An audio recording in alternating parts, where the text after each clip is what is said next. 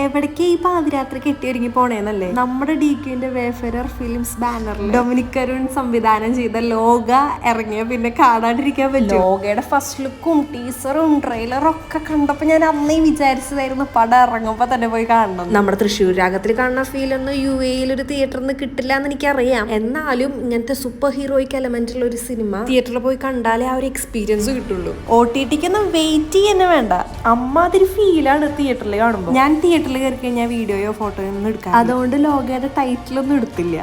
ലോക കണ്ടു ഇറങ്ങിയുള്ളോ. അതായത് ഇങ്ങനത്തെ ഒരു യൂണിവേഴ്സിന് എത്ര സിമ്പിളായിട്ട് അവർ പറഞ്ഞു നിർത്തിക്കണേതാ എനിക്ക് മനസ്സിലാവില്ല. എന്തായാലും അത് പ്രസന്റ് ചെയ്തൊക്കെ രീതിയുണ്ട് ലോക.